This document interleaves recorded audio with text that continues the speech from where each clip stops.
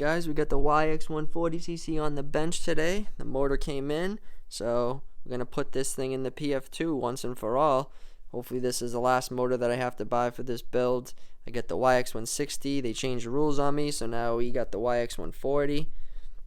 And as you can see, I threw my ignition cover off the blue slow racer on this bike because it started cracking right here.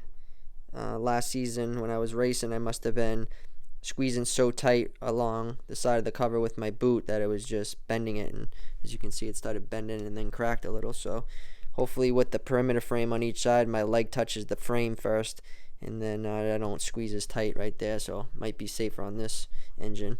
We'll see about that. And I already grinded down the cylinder right here, so if you guys don't know, to run the Crf50 70 skid plates on the 140 motors and like the 125s, might be the same thing, but you have to grind down this about 5 millimeters just to the thread. So there'll be a portion that doesn't have threads, and just grind that down right to the threaded spot right there, nice and evenly, and then it's a direct bolt on after that. So yeah, let's get this engine in the bike. She already came with a 15-tooth sprocket, 420 pitch, so that's good, and pretty excited. The day has finally come. Like I said, hopefully this is going to be the last motor we have to put in it. We're going to run it stock for now, and then in the future, if you guys want to see a 146cc build with the V2 race head, then we'll go ahead and do that after this thing's already broken in and I do a few races on it, because I figured it'd be nice to compare the power between one and the other. So let's go ahead and get this thing in the bike right now and see how it looks. This is what I ended up doing for the foot pegs.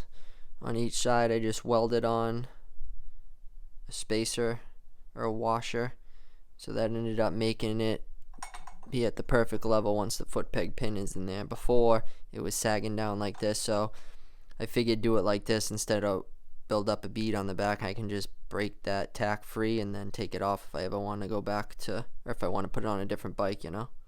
She is in there. Man, that was a pain in the ass to get in. Had to have my mom come out and hold the bike for me while I wrestled it in there.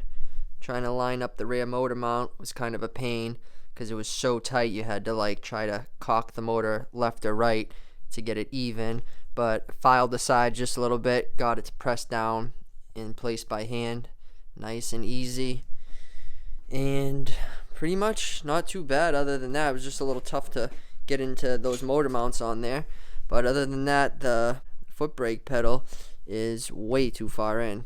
On the other Yx160, like I tell you guys, these Yx140s and the older 150s are just a lot wider, probably like at least an inch wider. So had I known I was going to use this motor, I would have waited till the end to bend this, but I was going off, you know, the Yx160 not being so wide, so it would have been perfect. I'm thinking maybe just get another one and rebend this just to do it the way I want to do it. And if not, then I really can run it like this. It's not that bad. I'd rather have it out of the way than being too close. But the only other thing that I noticed right off the rip is the clutch cable. You see where the bracket is on the inside, so the perimeter frame, obviously it comes out further, so it's going to be a problem.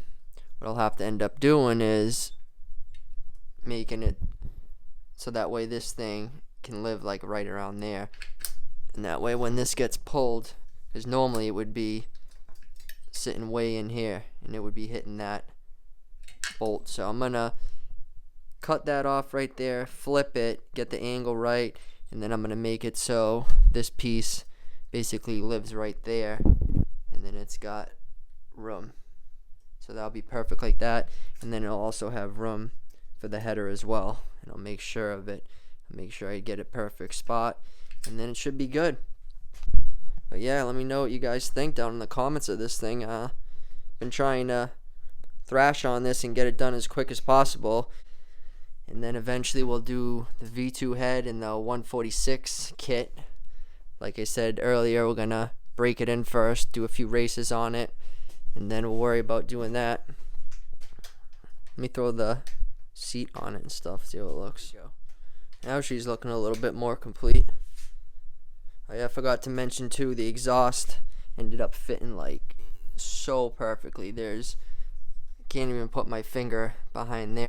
and I got the cancel core in there, although I'm pretty sure I'm going to try to get another muffler, just a BBR one, so that way these are bolts, and then when I want to remove the cancel core, if I'm not riding at somebody's house where the bike's got to be quiet, then I can easily unbolt it, pull the thing out, and go race with it. Or if I need it to be quiet again, throw the thing back in, put the bolts on. Okay, so I gotta go and dig through all my parts and see if I can find another one of these brackets. I'm pretty sure I have one, and then I'll cut one off, and then before I even mess with that, I'll just line it up and we'll see. Found an extra bracket right here I got from T-Bolt USA. Go ahead and cut this thing off right now. There it is. Now I can flip it around, put it on whatever side I want. Got the piece all marked out. Put 2 marks on here so when I go to put it on, I know where the angle should be, or whereabouts it should be, and then I can go back and move it if I need to, but I'm pretty sure it's going to be perfect, so I'll just go ahead and tack each side of it and then we'll try it.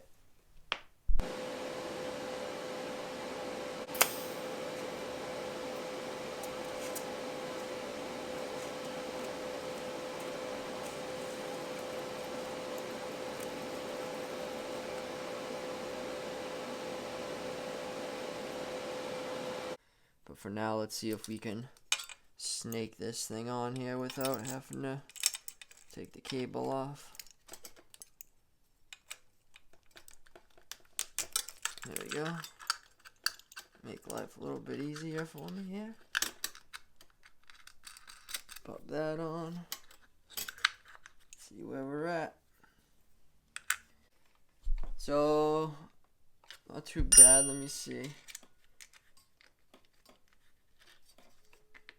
how it's gonna be.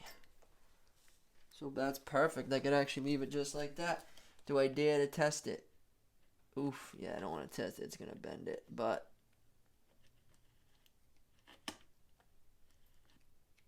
close. Check that out. So hard to kind of see. Let me see if I can zoom it in. So there's the tack weld.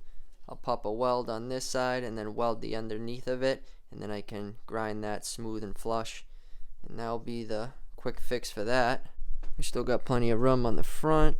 Let's see if hard to see, but we got room right there, and then plenty of room on the back side. Let's go ahead and get this thing on the bench, weld it up once for all. We'll test it.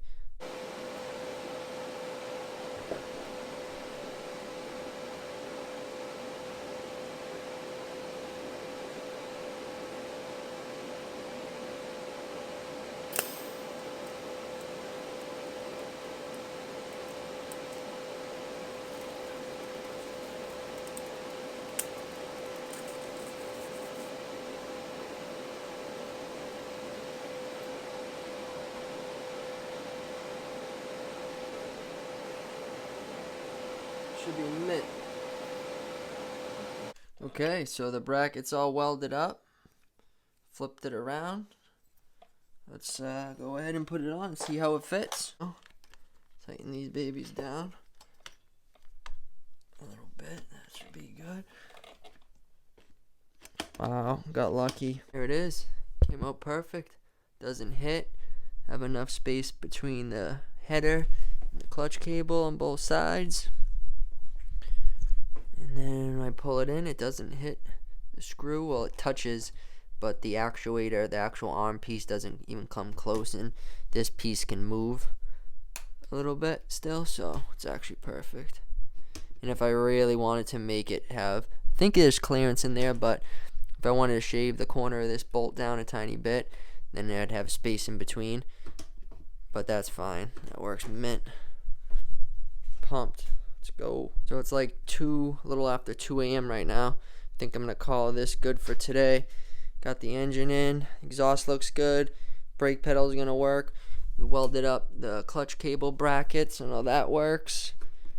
Tomorrow's another day. We'll see if we can get some fire in the pipes tomorrow. As always, guys, I appreciate you watching. Don't forget to drop a comment, let me know what you guys think of this so far, And don't forget to give this video a thumbs up. It really helps the channel grow. Until the next time, we'll be seeing you.